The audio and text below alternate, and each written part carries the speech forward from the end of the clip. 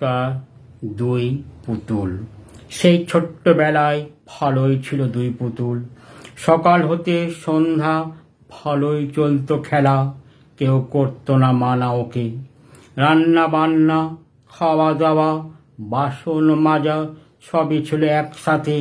দুই পুতুলের এক পুতুল বড় হতেই সে গেল পরের বাড়ির বউ হয়ে।